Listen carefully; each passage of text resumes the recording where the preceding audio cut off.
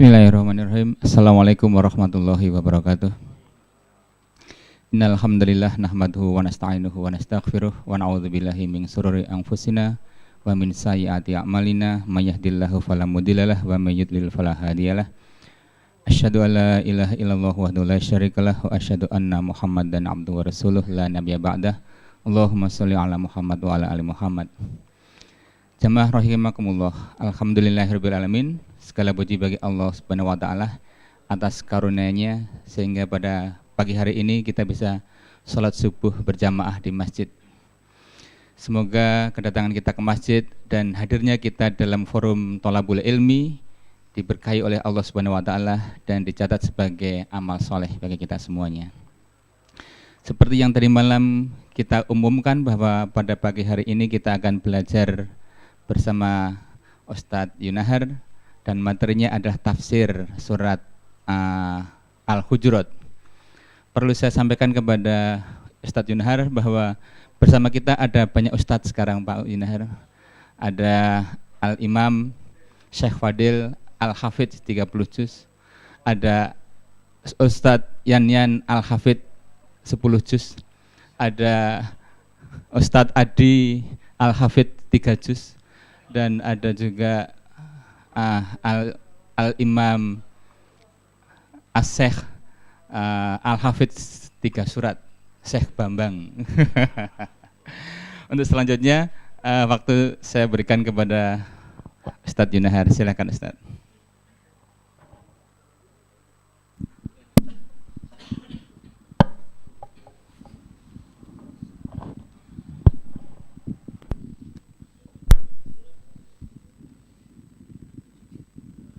Assalamualaikum warahmatullahi wabarakatuh. Alhamdulillah wassalatu wassalamu ala rasulillah wa ala alihi wa sahbihi wa man wala. Asyhadu an la ilaha illallah wahdahu la syarikalah wa asyhadu anna Muhammadan abduhu wa rasuluh la nabiyya ba'dah. Amma ba'd. Mohon maaf saya duduk lebih tinggi karena permintaan protokol. Nah, pada pagi ini kita akan coba membahas surat Al-Hujurat. Surat nomor 49. Kalau urutannya di dalam mushaf, jumlah ayatnya adalah 18 ayat dan diturunkan di Madinah. Sehingga dia masuk kelompok surat-surat Madaniyah. Salah satu ciri yang menonjol dalam surat ini tentang kemadaniyahannya adalah diawali dengan ya ayyuhalladzina amanu sampai 5 kali. Ini jarang satu surat ada seruan ya ayyuhalladzina amanu 5 kali. Nah, kita temui di dalam ayat ini a'udzubillahi minasyaitonirrajim ya ayyuhalladzina amanu la tuqaddimu baina yadayillahi wa rasulih ya ayyuhalladzina amanu la tarfa'u aswatakum fawqa sautin nabi ya ayyuhalladzina amanu in ja'akum fasiqun binaba'in fatabayyanu ya ayyuhalladzina amanu la yaskhar qaumun min qaumin ya ayyuhalladzina amanu istanibu katsiran minadh-dhann. Jadi 5 kali seruan ya ayyuhalladzina amanu dan 1 kali seruan ya ayyuhan nas nanti pada ayat ke-13. Surat Al-Hujurat ini temanya akhlak. Ya. Pertama ayat 1 itu pendahuluan, semacam pendahuluan. Nanti ayat 2 sampai 5 akhlak terhadap Allah Subhanahu wa taala. Ayat 6, 7 itu akhlak terhadap atau dalam menerima informasi. Kemudian ayat berikutnya akhlak dalam menyelesaikan konflik. Kemudian akhlak di dalam bermasyarakat. Jadi memang boleh dikatakan surat Al-Hujurat ini temanya akhlak. Nah, kita akan mulai dengan kelompok pertama. A'udzubillahi minasyaitonirrajim. Bismillahirrahmanirrahim. Ya ayyuhalladzina amanu la qaddimu baina yadayillahi wa rasulih wattaqullaha innallaha sami'un alim. Ayat pertama merupakan mukaddimah atau pendahuluan dari keseluruhan isi. Hai orang-orang yang beriman, jangan kamu mendahului Allah dan Rasul-Nya. Ya ayyuhalladzina amanu la tuqaddimu baina yadayillahi wa rasulih. Wahai orang-orang yang beriman, jangan kamu mendahului Allah dan Rasul-Nya. Wattaqullah, bertakwalah kamu kepada Allah. Innallaha sami'un alim. Sesungguhnya Allah itu Maha mengetahui, Maha mendengar, dan Maha mengetahui.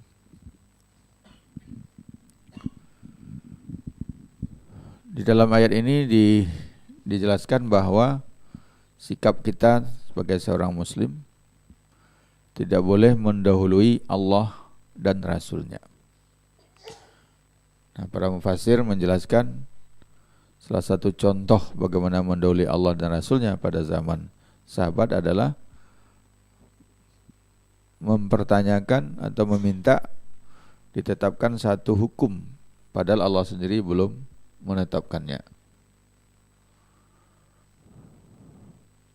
Jadi sedangkan mendahului dalam arti Allah belum menetapkan hukumnya lalu kita minta ditetapkan, itu saja enggak boleh. Apalagi kalau sudah ditetapkan menentangnya, itu bukan hanya mendahului Allah tapi sudah menentang Allah. Nah, para sahabat begitu hati-hatinya menggunakan ayat ini, memahami dan mengamalkan ayat ini, sampai dalam berjalan pun sahabat tidak mau mendahului Nabi. Jangan kamu mendahului Allah dan Rasul-Nya. Kalau berjalan pun sahabat enggak mau mendahului Nabi. Bahkan kalau Nabi bertanya pun sahabat tidak mau langsung jawab. Misalkan diriwayatkan dalam haji wada, Nabi bertanya, At-tadruna ayu syahrin hadha? Apakah kalian tahu bulan apa sekarang ini? Mereka semua tahu. Wah, itu bulan Dzulhijjah. Tapi mereka menjawab, Allah wa rasuluhu a'lam.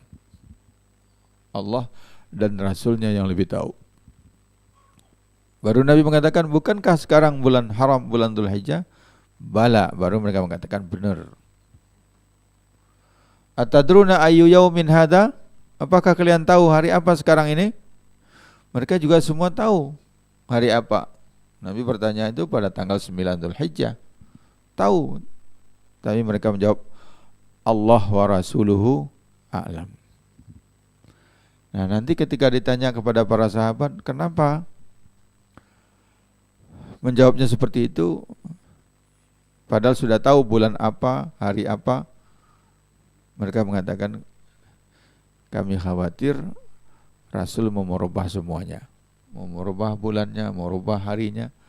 Maka kami tidak mau mendahului. Jawab, Allah wa rasuluhu a'lam. Wattaqullah, bertakwalah kamu kepada Allah.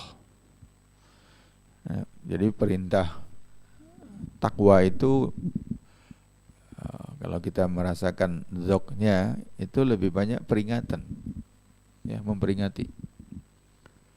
Jadi kalau ada peringatan-peringatan, larangan-larangan, lalu diungkap dengan wattaqullah, bertakwalah kamu kepada Allah.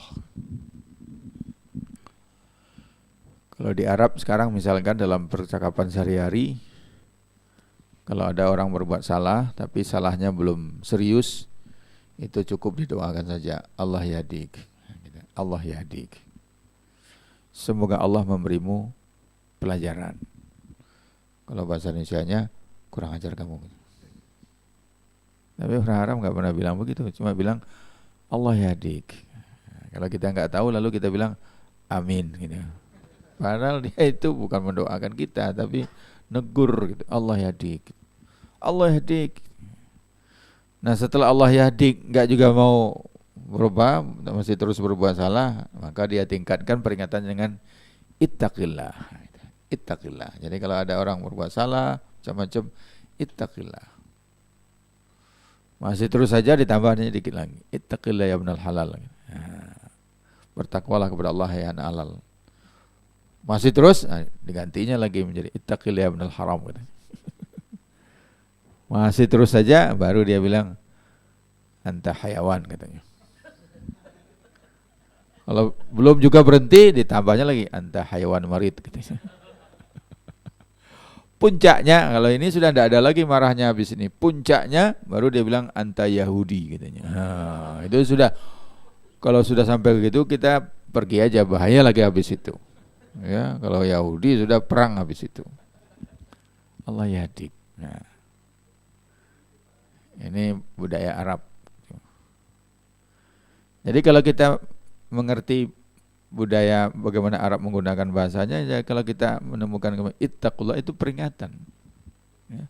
Jangan sampai mendahului Allah dan Rasulnya. Ittaqullah. Dimanapun Allah tahu, Allah dengar. Enggak ditutup dengan innallaha sami'un alim. Ini satu sikap sebagai pengantar untuk menerima ketentuan-ketentuan akhlak berikutnya. Nah, yang pertama, akhlak yang diajarkan pertama adalah akhlak terhadap Rasulullah sallallahu alaihi wasallam. Dalam hal ini dalam masalah berbicara. Ya ayyuhalladzina amanu la tarfa'u aswatakum fawqa sautin nabi. Hai orang-orang yang beriman, jangan kamu meninggikan suaramu di atas suara Nabi. Wala tajharu lahu bil qawli kajahri ba'dikum li ba'din. Jangan kamu mengeraskan suara pada beliau seperti kerasnya suara seorang di antara kamu kepada yang lainnya. Antahbata a'malukum. Kalau kamu tetap melakukan itu, mengeraskan suara dan bicara keras depan beliau, akan hilang lenyap semua pahala amal ibadahmu. Wa antum la tash'urun. Padahal kamu tidak menyadarinya. Pada suatu hari datanglah utusan dari Banu Tamim yang berjumlah sekitar 70 orang menemui Rasulullah sallallahu alaihi wasallam. Lalu Abu Bakar waktu itu tidak jauh dari rumah Nabi bersama dengan Umar bin Khattab membicarakan siapa yang akan memimpin rombongan itu. Abu Bakar menyebut satu nama, Ahbas bin Aqra. Wallahu alam, kalau saya salah nanti diperbaiki. Lalu kata Umar, bukan, yang mimpin itu Ka'ka. Kata Abu Bakar, ma'arata illa khilafi. Kamu cuma ingin beda saja dengan saya, kata Abu Bakar. Dijawab oleh Umar, ma'aratu khilafak. Aku enggak ingin beda dengan kamu. Akhirnya secara tidak sadar keraslah suara dua orang sahabat utama ini, tidak jauh dari rumah Rasulullah sallallahu alaihi wasallam, turun ayat ini. Jadi ayat ini turun tentang hal itu. Ya ayyuhalladzina amanu la tarfa'u aswatakum fawqa sautin nabi wa la tajharu lahu bil qawli kajahri ba'dikum li ba'din an tahbata amalukum wa antum la tash'urun. Sehingga Mufassir mengomentari kada an yahlikal khairani, hampir saja celaka dua orang yang baik. Nah, tapi untung waktu itu kan belum ada larangannya. Tapi peristiwa ini langsung menyangkut Abu Bakar dan Umar bin Khattab. Tidak boleh meninggikan suara. Jadi kalau berbicara di depan Nabi, baik langsung dengan Nabi atau kita berbicara sesama kita di depan Nabi, tidak boleh meninggikan suara di atas suara Nabi. Fauqa sautin Nabi. Membaca ayat ini, begitu mendengar ayat ini dibacakan, seorang sahabat bernama Sabit bin Qais merasa kena langsung. Wah, ini ayat ini saya yang kena. Siapa lagi yang suaranya keras depan Nabi kalau bukan saya? Kebetulan teman kita ini dari Sumatera Utara gitu. Karena orang Batak kan terkenal keras ya. Sulawesi juga keras. Ya, umumnya Sumatera lah dari utara sampai selatan. Suaranya keras-keras gitu. Konon kabarnya, tidak bisa dipastikan, konon kabarnya Sabit bin Qais ini pendengarannya agak sedikit kurang, sehingga kalau ngomong dengan Nabi memang agak keras. Dan dia merasa, wah sudah, habislah pahala amalan saya semuanya. Lalu dia patah hati, nggak mau lagi ke masjid. Dia nggak datang lagi ke masjid, sudah percuma untuk beramal, habis sudah. Kemudian setelah beberapa waktu dia tidak datang salat berjamaah, Nabi nanya, karena memang Nabi punya kebiasaan begitu, hafal dengan jamaahnya. Ya, kalau nggak datang Nabi nanya, mana sih itu? Kenapa Sabit bin Qais lama tidak kelihatan? Coba periksa ke rumahnya ada apa. Dikirimlah sahabat, rupanya diceritakan bahwa Sabit bin Qais sudah patah hati, tidak akan masuk surga, pahalanya sudah habis karena suaranya keras gitu. Ya. Lalu Nabi mengucapkan, innahu min ahlil jannah.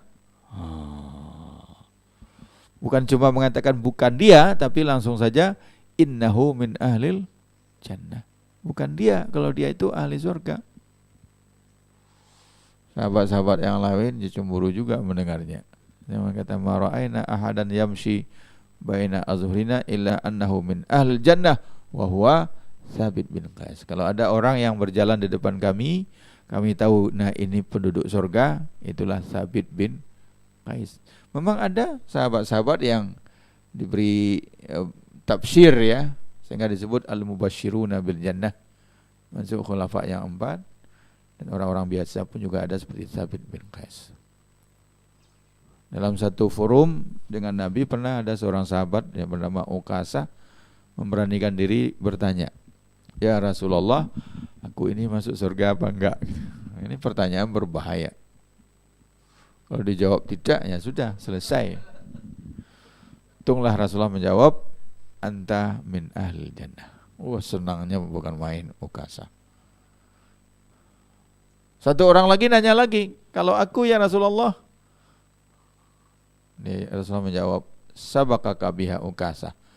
Kamu sudah didahului oleh Uqasah. Jadi pertanyaan hanya boleh satu orang yang bisa dijawab.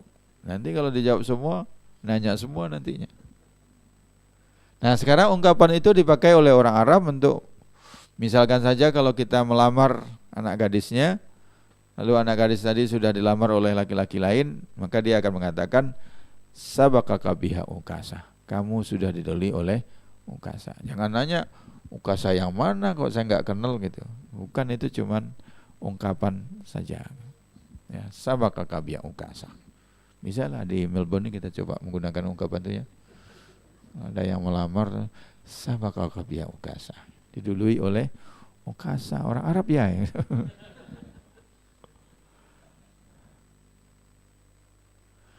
Nah, kita berhenti sejenak di sini. Sikap Sabit bin Qais ini yang oleh Sayyid Qutb diberi catatan, itulah kelebihan sahabat. Jadi kan dikatakan, apa bedanya sahabat-sahabat dengan kita? Kenapa para sahabat dinyatakan sebagai generasi yang terbaik? Ada yang mengatakan, wah, mereka menyaksikan turunnya Al-Quran. Enggak semuanya. Tidak semua sahabat menyaksikan turunnya Al-Quran. Bahkan sebagian enggak sempat mendengar Al-Quran seluruhnya, enggak sempat, sudah meninggal duluan. Kita lebih beruntung dalam hal ini. Sahabat itu untuk bisa mengetahui semua ayat itu tidak mudah. Kita dengan mudah bisa pegang 30 juz. Ya. Aksesnya lebih mudah. Oh, sahabat itu selalu bersama Rasul. Enggak semuanya selalu bersama Rasul.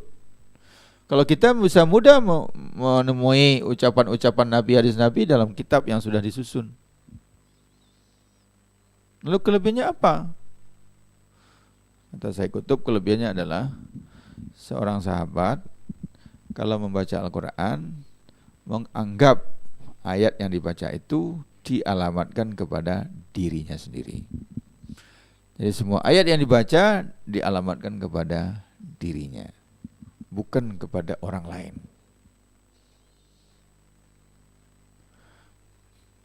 Itu namanya pengamal Al-Quran. Nah, kalau kita lebih banyak sebagai pengamat Al-Quran. Kalau pengamat itu begini, kalau dia baca Al-Quran ada perintah-perintah, lalu dia mengatakan, memang orang sekarang banyak yang melanggar perintah ini. Kalau ada larangan-larangan, dia melihat sekeliling, memang orang Islam sekarang tidak peduli dengan larangan-larangan ini. Kalau ada petunjuk, dia lihat sekeliling, umat Islam sekarang tidak mengikuti lagi petunjuk Al-Quran. Kalau ada sindiran-sindiran, dia lihat keliling siapa yang kena sindir. Satu-satunya yang tidak dilihatnya adalah dirinya sendiri, yaitu pengamat.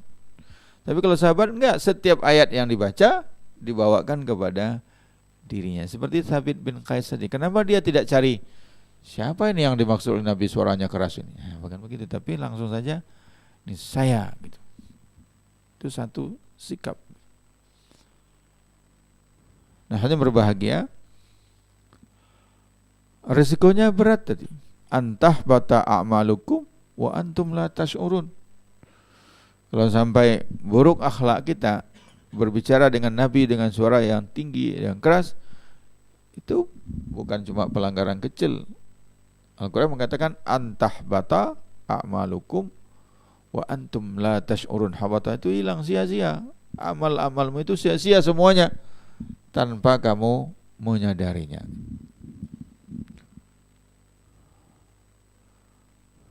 Nah, sekarang setelah Rasulullah sallallahu alaihi wasallam, bagaimana kita menerapkannya?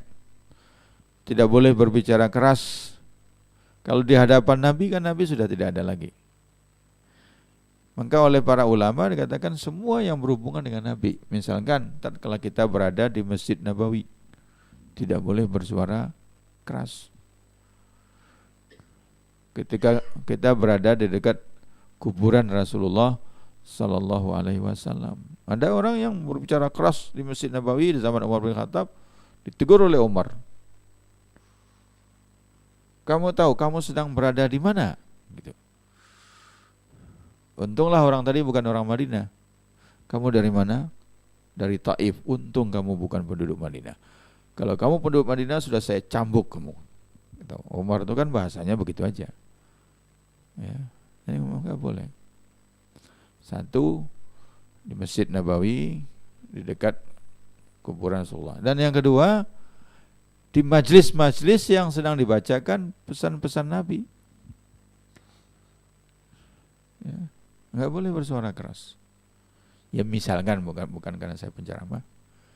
Jadi kalau kita dengarkan ceramah yang membicarakan tentang Al-Quran, hadis Nabi, jangan bicara lebih keras daripada suara penceramah. Nah, untunglah penceramah pakai mic, jadi memang nggak ada yang bisa nandingi. So, kalau orang berceramah kita ngomong lebih keras lagi, ya nggak boleh. Nah, yang ketiga ditafsirkan di depan para ulama pewaris Nabi. Al-ulama warasatul anbiya. Maka kalau berbicara di depan ulama warasatul anbiya, jangan berbicara lebih keras daripada suara ulama itu. Memang harus ditekankan ulama pewaris Nabi. So, ada juga ulama yang bukan pewaris Nabi. Harusnya ulama itu seluruhnya pewaris Nabi. Al-ulama'u warasatul anbiya gitu. Nah, sekarang ukurannya berapa sih suara Nabi itu? Kita kan nggak tahu ya berapa tinggi. Nah, kalau saya memahami, ya, kita tidak boleh berbicara lebih daripada yang diperlukan. Kan itu saja. Jadi kalau kita bicara, misalkan seorang penceramah yang dengar banyak, ya mesti dia keraskan suaranya, nggak mungkin. Tapi kalau cuma berbicara berdua, ya tentu suaranya hanya ditinggikan seperlunya. Jangan bicara berdua semua orang dengar gitu. Jadi sesuai dengan ala qadri haja, sesuai dengan kebutuhan. Jadi masalah berbicara pun juga diikuti. Biasanya orang kalau di Sumatera Barat itu, kalau di kampung saya di Bukit Tinggi itu, yang orang yang suka suara keras itu dari Sungai Puar. Kenapa? Karena memang orang bengkel bengkel besi itu kalau ndak keras-keras ngomong nggak kedengaran. Nah akhirnya terbiasa, sehingga kalaupun nggak di bengkel, jalan keluar ngomongnya juga keras. Sehingga kalau di Bukit Tinggi terkenal itu bisiknya seperti bisik orang Sungai Puar. Bisik aja kedengaran dari jauh. Ya. Atau orang yang kalau di kampung saya juga suka suara keras juga, karena antara satu rumah dengan rumah lain selalu ada kolam. Jadi kalau bicara agak jauh terpaksa teriak, akhirnya terbawa juga bicara keras gitu. Jadi kalau sudah menjadi kultur dan dianggap baik oleh masyarakat setempat, saya kira tidak ada masalah. Ya. So, kalau orang Medan disuruh bicara pelan-pelan tidak bisa dia. Orang Bugis, apalagi orang Palu ya, suruh bicara pelan nggak bisa. Tapi orang Jogja suruh bicara keras juga tidak bisa. Itu sudah kultur masing-masing. Kalau begitu, ya, apabila ada perbedaan kultur, ya kita ambil saja mana yang kira-kira menjadi ukuran pertengahan. Tapi intinya tadi tidak boleh meninggikan suara di depan Rasulullah Sallallahu Alaihi Wasallam atau segala sesuatu yang sekarang ini berhubungan dengan beliau. Innal ladzina yaghudduna aswatahum 'inda Rasulillah ulaika alladzina imtahanallahu qulubahum littaqwa lahum maghfiratun wa ajrun azim. Sesungguhnya orang-orang yang merendahkan suara mereka, innal ladzina yaghudduna aswatahum, merendahkan suara mereka, 'inda Rasulillah, di depan Rasulullah atau di samping Rasulullah, ulaika alladzina imtahanallahu qulubahum littaqwa, itulah mereka orang yang telah teruji atau diuji hati mereka dengan takwa. Lahum maghfiratun, mereka mendapatkan keampunan, wa ajrun azim. Nanti berbahagia ayat selanjutnya, innal ladzina yunadunaka min wara'il hujurati aktsaruhum la ya'qilun walau annahum sabaru hatta takhruja ilaihim lakana khairan lahum wallahu ghafurur rahim. Sesungguhnya orang yang memanggilmu dari balik kamar-kamar, sebagian besar dari mereka tidak berakal. Harusnya mereka bersabar sampai engkau keluar menemui mereka. Itulah yang lebih baik bagi mereka. Tetapi Allah Maha Pengampun lagi Maha Penyayang. Nah, ayat ini juga ada latar belakangnya, masih berhubungan dengan Banu tadi. Jadi pada tahun itu, tahun 6630, itu adalah tahun disebut dengan dalam bahasa Arab Amul Wafud, tahun utusan, delegasi-delegasi. Jadi kabilah-kabilah Arab itu banyak datang ke Madinah berbondong-bondong untuk menyatakan dirinya menjadi Muslim. Ya. Sebagaimana yang sudah diramalkan oleh Al-Quran, idza jaa nasrullahi wal fath wa ra'aitan nasa yadkhuluna fi dinillahi afwaja. Nah, pada saat itu datanglah Banu Tamim, ya, orang-orang Arab dari Banu Tamim 70 sampai 80 orang.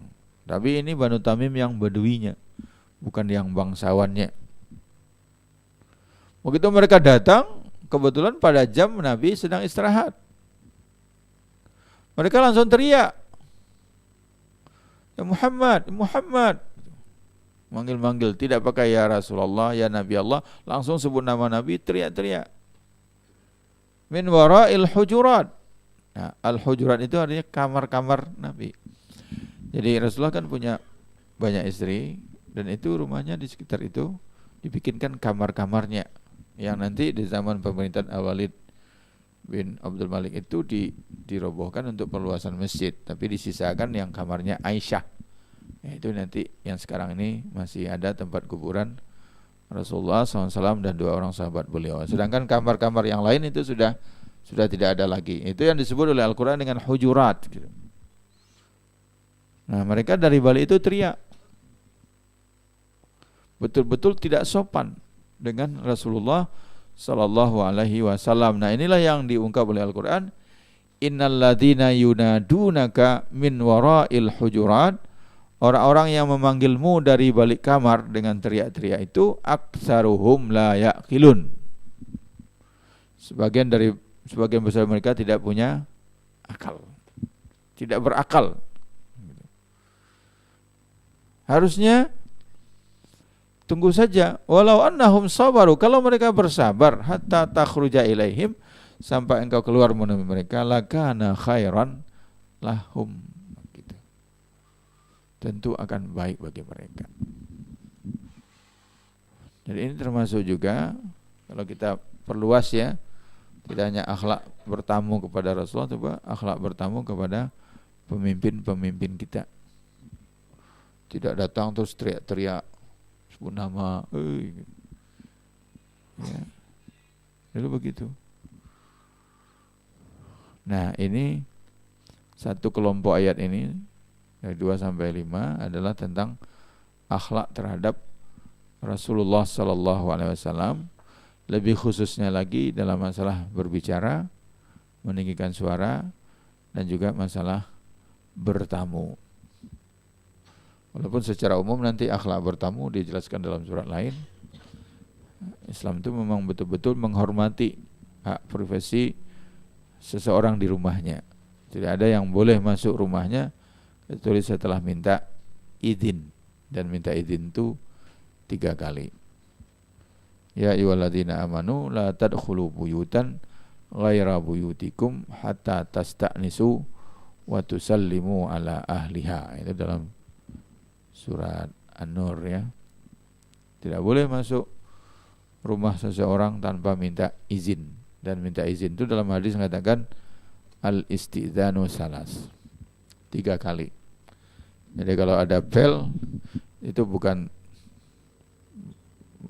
kalau ada ketukan lah misal dulu, bukan 3 kali ketuk tok tok tok, enggak, tapi 3 termen. 1 termen mungkin berapa ketukan, cetek itu dihitung 1 kali. Atau kalau bel sekali penjet itu dihitung 1 kali. Penjetan pertama itu memberitahukan tuan rumah bahwa ada tamu, dan tuan rumah harus diberi waktu.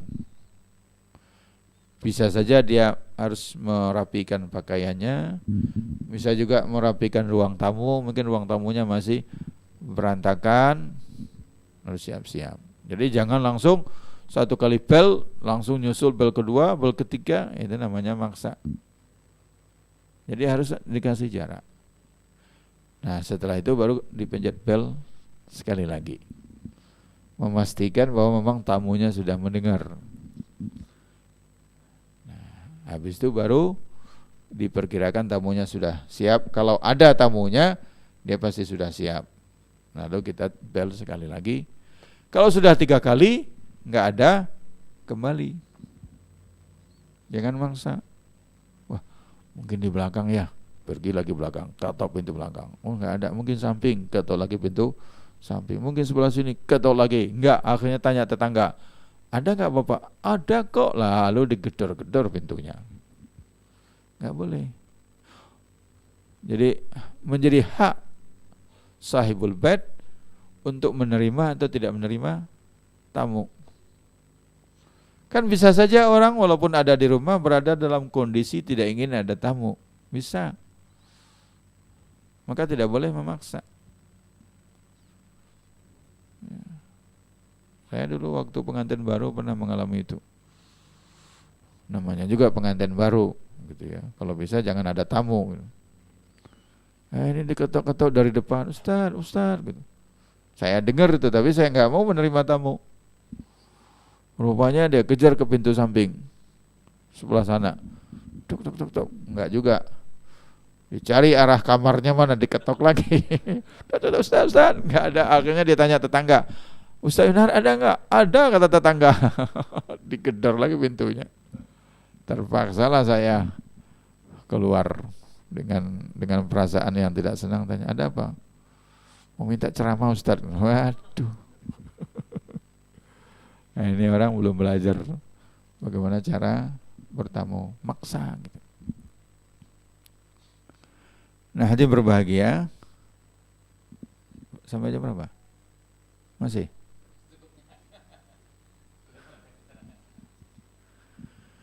Nah, bagian yang kedua, ini bagian bagaimana menerima informasi.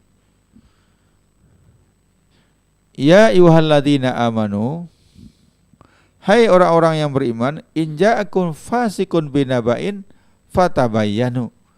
Jika datang seorang fasik membawa berita kepadamu, maka selidikilah kebenaran berita itu. Tabayyun, check and recheck. Tapi sayangnya jadi judul infotainment di Jakarta. Check and recheck, double check, tabayyun. Apalagi berita yang dibawa itu berita negatif, harus tabayyun.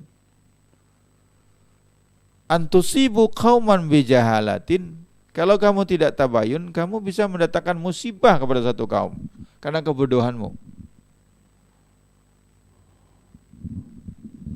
Fatusbihu ala ma fa'altum nadimin. Dengan demikian kamu nanti akan menyesal. Nah, ayat ini juga ada sababun nuzulnya, yaitu tentang Al-Walid ibn Uqbah. Dulu pernah terjadi peperangan dengan Bani Mustalik. Ya. Bani Mustalik ini kalah dalam peperangan. Menurut aturan yang berlaku waktu itu, kalau kalah dalam perang, maka yang kalah bisa menjadi tawanan perang dan bisa dijadikan budak. Maka Rasulullah kemudian diberi budak yang bernama Juwairiyah, anak kepala suku Bani Mustalik sendiri, Al-Haris. Sedangkan tawanan-tawanan yang lain dibagi-bagi kepada para sahabat. Nah, oleh Nabi, Juwairiyah ini dimerdekakan. Ya. Dan kemudian dijadikan istri oleh Rasulullah SAW. Sahabat-sahabat lain malu, masa kita punya budak tawanan perang, keluarga istri Rasulullah SAW. Akhirnya sahabat semua memerdekakan semua tawanannya itu, budak-budak itu. Nah, setelah itu Al-Haris sebagai pemimpinnya, kemudian dia diajak untuk masuk Islam dan dia kemudian masuk Islam. Lalu pada saat datang waktu membayar zakat, Al-Haris ngirim utusan kepada Nabi meminta supaya dikirim orang untuk menjemput zakat dari mereka, Bani Mustalik. Nah, yang dia ditugaskan oleh Nabi menjemput zakat itu adalah Al-Walid bin Uqbah. Walid bin Uqbah pergilah ke perkampungan Bani Mustalik untuk memungut zakat. Dia mengatakan, baik ya Rasulullah. Tapi dia tidak pergi. Perintah diterima tapi tidak dilaksanakan. Karena dia khawatir antara dia dan sukunya dengan Bani Mustalik dulu juga terjadi permusuhan.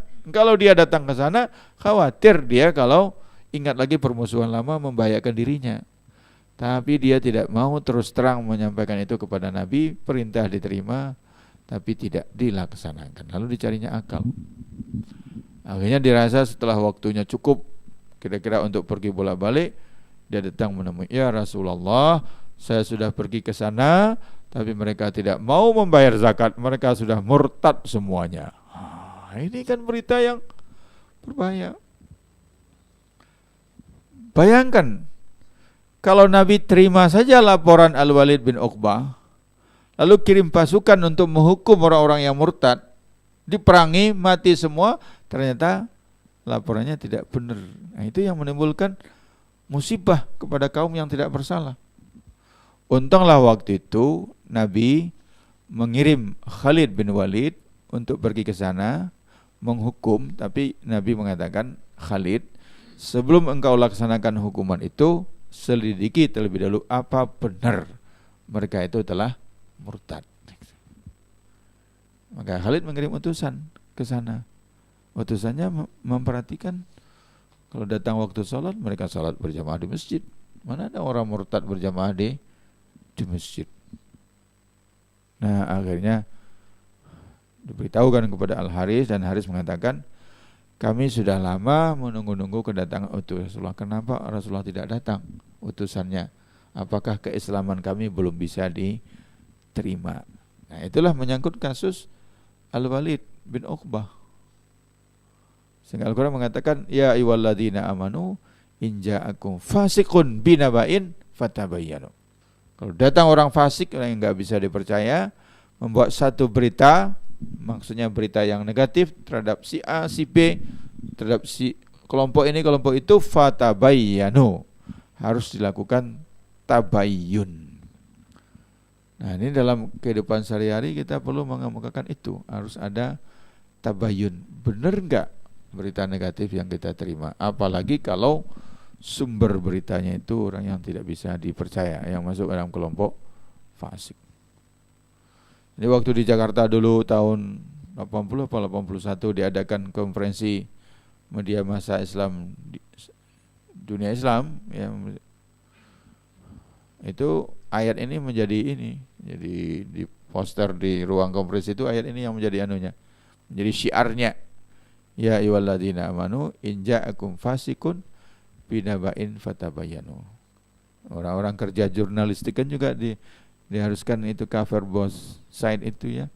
Jadi kalau ada berita yang negatif tentang si A, dia harus wajib untuk nanya dulu si A tadi, ini ada berita tentang Anda seperti ini, benar apa enggak? Nah, nanti paling kurang dua-duanya harus dimuat. Pihak yang menyebutkan negatif, pihak yang disebutkan harus dimuat juga. Kalau enggak berarti dia melanggar kode etik pers. Dia bisa ditegur oleh Dewan Pers karena tidak melakukan pengcoveran yang seimbang antara kedua belah pihak. Nah, yang sulit itu dalam kehidupan sehari-hari, kita cepat percaya dengan omongan orang, ternyata tidak benar. Nah, padahal ini sudah konflik, sudah ketemu dengan tukang kompor, ya, tukang dikompori gitu, bahkan sengaja disampaikan ngomongnya, saya tidak bermaksud apa-apa, cuma saya nggak enak saja mendengarnya. Tadi dia bilang begini tentang kamu. Sudah langsung percaya, padahal itu maksudnya adalah untuk mengadu domba. Jadi tabayun itu tidak hanya diperlukan untuk jurnalistik, tapi juga diperlukan dalam kehidupan kita sehari-hari. Kalau enggak, nanti itu bisa berakibat fatal. Fatalnya bisa kita bayangkan, seandainya Rasulullah SAW tidak memerintahkan kepada Khalid bin Walid, panglima perang, untuk tabayun, lalu langsung saja hukum mereka, maka apa susahnya bagi Khalid untuk menghukum satu kampung kecil seperti Bani Mustalik itu. Setelah mereka habis, nanti bisa terungkap bahwa informasi yang diberikan itu tidak benar. Ini yang dikatakan oleh Al-Quran, antusibu qauman bijahalatin fatusbihu ala ma fa'altum nadimin. Kamu akan mendatangkan malapetaka bagi suatu kaum karena kebodohanmu, tidak mau tabayun. Akibatnya nanti kamu sendiri akan menyesal. Nah, saya kira demikian, nanti bisa kita teruskan karena ayatnya cukup banyak, 18 ayat, mungkin 2-3 kali pertemuan baru bisa selesai. Makasih. Wassalamualaikum warahmatullahi wabarakatuh. Terima kasih Pak Ustadz. Demikian Bapak sekalian tafsir dari ayat 1 sampai ayat 6 surat Al-Hujurat. Barangkali ada pertanyaan dari jamaah, maka sekarang tibalah saatnya untuk diskusi.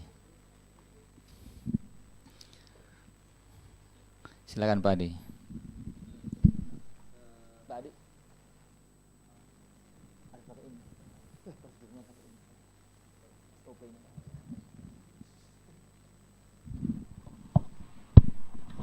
Saya cuma mau nanyakan masalah yang tadi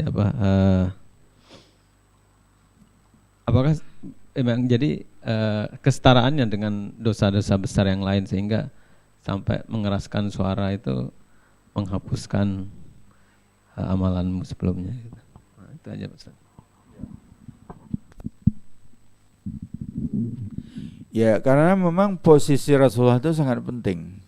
Ya, kalau orang sudah tidak hormat dengan Rasulullah, bagaimana mungkin mengharapkan dia untuk patuh dengan Rasulullah? Padahal Rasulullah itulah yang membawa ajaran dari Allah Subhanahu wa taala. Jadi berbeda dengan, tentu penafsirannya akan berbeda dengan perluasan maknanya. Kalau misalkan kita enggak keras dengan seorang kiai, ya tidak sampai hilang lenyap, tapi akhlaknya itu diperluas. Cuma untuk sanksi antah bata amalukum itu hanya untuk Rasulullah sallallahu alaihi wasallam. Ya, karena posisi, karena itu cermin ya bahwa kita tidak menghormati Rasulullah sallallahu alaihi wasallam. Sedangkan Allah dan malaikat saja bersalawat kepada Nabi. Ya, kenapa kita sebagai umatnya tidak menghormati? Dalam kehidupan sehari-hari juga bisa tercermin begitu. Ya misalkan orang enak saja nulis nama Muhammad terus enggak pakai Nabi, enggak pakai sallallahu alaihi wasallam. Paling kurang agak sekali lah. Kalau kita nulis artikel berkali-kali sebut nama Muhammad, minimal satu kali kita tulis SAW-nya atau sallallahu alaihi wasallam gitu. Ya. Itu Muhammadnya lain, bukan yang sallallahu alaihi wasallam gitu. Sekarang orang kan nyebut nama Nabi Muhammad itu kan kayak nyebut Muhammad yang lain saja. Nah, itu jadi betul pentingnya penghormatan terhadap Rasulullah sallallahu alaihi wasallam sebagai nabi, sebagai rasul, walaupun tidak boleh sampai ke tingkat kultus individu. Nabi pun tidak ingin dikultuskan. Jadi kita kalau sahabat berada di satu forum terus Nabi datang berdiri semua, malah Nabi enggak mau. Jangan perlakukan saya sebagai kaisar. Jangan perlakukan sebagai kaisar. Tetapi juga jangan seenaknya ya berperilaku kepada Rasulullah sallallahu alaihi wasallam. Terima kasih. Ada pertanyaan yang lain? Pak Ikroman.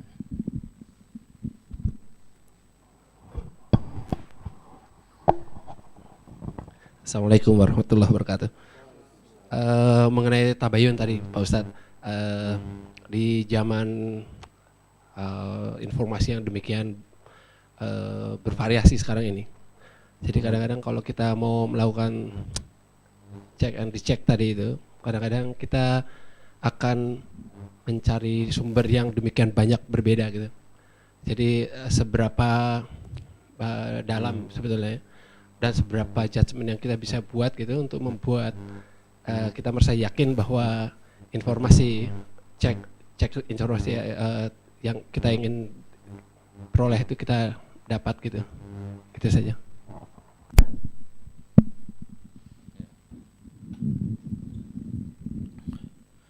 Jadi kalau kita bawakan ke dalam ilmu hadis misalkan, kan ada bagian disebut dengan al-jarhu wa ta'dil. Mau tidak mau peneliti hadis, ulama peneliti hadis itu harus menilai perawi. Kalau perawinya itu negatif, itu harus dinilai. Nama istilahnya al-jarhu, melukai. Melukai. Tapi kalau dia itu baik juga harus dipuji. Maka berlakulah keadaan al-jarhu mufassal wa ta'dilu mujmal. Kalau memuji cukup satu kalimat, tidak usah diuraikan. Orangnya baik, orangnya bisa dipercaya. Udahlah, tidak usah diuraikan karena kita nggak perlu lagi uraian rinci baiknya bagaimana. Tapi kalau jelek harus diuraikan. Al-jarhu mufassal. Kalau orangnya jelek harus diuraikan. Jadi paling kurang kita kalau kita mau mendapat informasi itu harus jelas. Ya, Misalkan katakan si A itu begini bagaimana, kenapa, dan segala macamnya itu. Kalau dia nggak bisa memberikan informasi yang jelas, nah berarti ini beritanya simpang siur. Nah, itu pertama. Habis itu kita harus tabayun dulu. Kalau tabayun artinya mencari sumber-sumber yang lain. Tidak harus langsung kepada orangnya, tapi bisa juga cari sumber-sumber yang lain. Nah, kalau sumber-sumber yang lain itu sudah sangat banyak, berarti beritanya sudah mutawatir. Nah, gitu. Tapi kalau akses kita bisa ke sumber yang dimaksud, kita langsung saja. Ya, gimana caranya ya? Nanti apa menyinggung perasaannya atau tidak? Ya, itu pandai-pandailah bagaimana caranya untuk apa betul Bapak kawin lagi? Apa urusanmu kalau betul ini? Nah, kadang-kadang yang ditabayun itu yang tidak benar. Kalau benar jangan tabayun. Kalau dia kawin lagi kan nggak ada masalah. Jangan tabayun dulu. Apa betul Bapak tadi makan nambah? Oh ya, nggak perlu tabayun. Tapi kalau hal-hal yang negatif, dan negatif itu bukan masalah pribadi, tapi menyangkut orang lain, menyangkut umat, nah itu lebih penting lagi. Ya, tapi kalau cuma negatif pribadi saja kan tidak ada urusan dengan kita gitu. So, biasanya apalagi di dalam politik ya, politik itu kan mesti kadang-kadang disengaja itu membuat berita-berita yang buruk yang disebut dengan black campaign itu, kampanye negatif, cari-cari kesalahan, kalau nggak ada kesalahan dibuat-buatkan kesalahannya gitu. Media pun bisa begitu. Salah satu trik media itu adalah nyerang orang di halaman 1, nanti ralatnya halaman 8. Kecil. Nah, kalaupun ralatnya halaman pertama, berita negatif itu lama tinggal di kepala orang dibanding berita positif. Nggak tahu bakat kita kok begitu ya.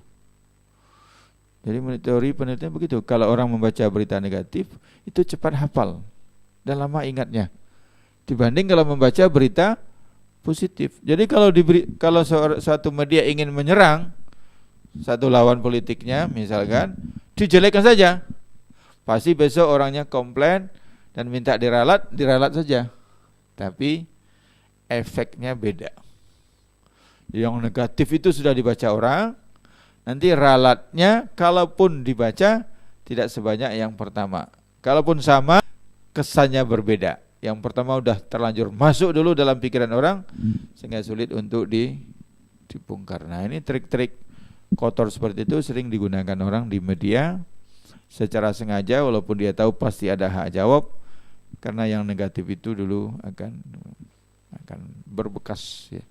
Akan berbekas jauh gitu.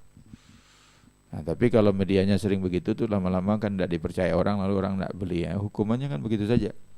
Wah, kalau begitu jangan beli media ini. Kalau yang dirugikan pemasang iklan ya sanksinya tidak usah lagi pasang iklan di media itu gitu. Jadi bagaimanapun sulitnya harus tabayun. Kalau tidak jangan gunakan informasi itu. Paling kurang kita tawakuf ya. Tawakuf itu artinya ini ada berita negatif tentang si A, saya belum bisa tabayun. Oleh sebab itu saya tunda dulu mengambil keputusan tentang si A tadi. Nah, gitu. Jadi misalkan kalau kita mau mengangkat dia bekerja, ditunda dulu mengangkatnya. Jangan langsung ditolak dan jangan pula langsung diangkat sampai kita bisa mendapatkan tabayun. Ya. Kalau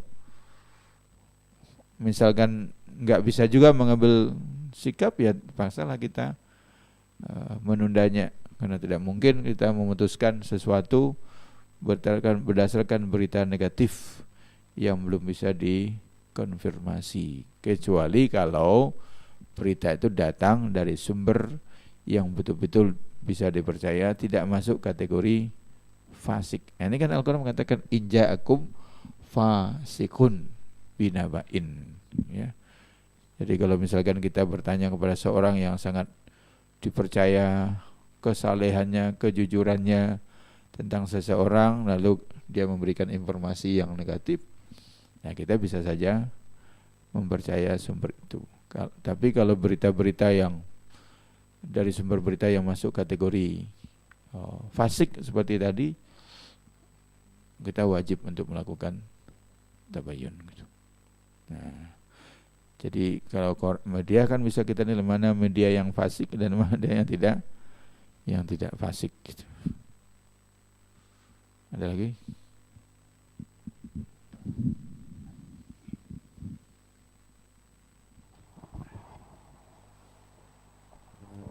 Makasih. Apakah di ayat selanjutnya apa yang dilakukan Rasulullah SAW terhadap yang ditugaskan untuk memberikan berita itu? Apakah ada hukuman atau bagaimana? Terima kasih. Jadi ini memang karena tidak ada laporan lagi apa yang dilakukan Rasulullah, terus juga oleh para mufassir didiskusikan apakah Al-Walid bin Uqbah itu sudah masuk kategori fasik, atau ayat ini walaupun dengan latar belakang khusus bersifat umum. Nah, itu masih didiskusikan. Tidak semua mufassir sepakat untuk memvonis Al-Walid bin Uqbah sebagai seorang fasik. Tapi perbuatan dia itu adalah perbuatan orang fasik. Walaupun mungkin secara pribadi selama ini dia tidak masuk kategori fasik. Tapi dalam hal ini Al-Walid bin Uqbah termasuk kategori fasik. Dan tidak ada laporan kemudian Rasulullah menjatuhkan hukuman. Tapi kalau terjadi lagi setelah itu, kan biasanya begitu. Jadi pelanggaran awal dilakukan, ditegur oleh Al-Quran. Nah, yang melanggar awal itu karena belum ada keterangan aturan sebelumnya itu biasanya tidak diberi sanksi apapun. Tapi kalau melakukan lagi, sekali lagi pasti akan dijatuhkan sanksi. Dan memang seperti misalkan pelanggaran yang lebih berat yang dilakukan oleh Abdullah bin Ubay bin Salul, itu kan jelas munafik, ya. Di tatkala hadisul ifki surat An-Nur, di mana Abdullah bin Ubay menyebarluaskan berita negatif bahwa istri Rasulullah Aisyah selingkuh dengan Safwan bin Mu'attal, itu kan banyak yang mengusulkan supaya Abdullah bin Ubay dibunuh saja. Sampai anaknya pun juga datang, kalau memang betul bapak saya dibunuh, biar saya yang melaksanakannya, jangan yang lain. Sebab saya belum bisa menghilangkan sebagian sikap lama dendam. Kalau orang lain yang membunuh bapak saya, mungkin saya dendam dengan pembunuhnya. Tapi karena ini perintah Rasul, lebih baik saya sendiri yang membunuhnya, supaya saya tidak dendam kepada siapapun. Gitu. Tapi Nabi tidak membunuh. Nabi mengatakan, saya tidak ingin orang luar mengatakan Muhammad telah membunuh sahabatnya. Kenapa? Karena memang Al-Walid Abdullah bin Ubay sendiri kan ngakunya muslim walaupun dia munafik. Ya. Orang luar kan tidak peduli. Oh, Muhammad membunuh sahabatnya sendiri. Oleh sebab itu Abdullah bin Ubay tidak dijatuhi hukuman mati oleh Rasulullah sallallahu alaihi wasallam. Begitu juga tidak ada laporan. Biasanya kalau tidak ada laporan berarti peristiwanya tidak terjadi, hukuman yang dijatuhkan kepada Al-Walid bin Uqbah dalam masalah ini. Tetapi untuk kedepannya, nah tentu kalau ada yang melakukan lagi akan diberi sanksi gitu ya. Ya.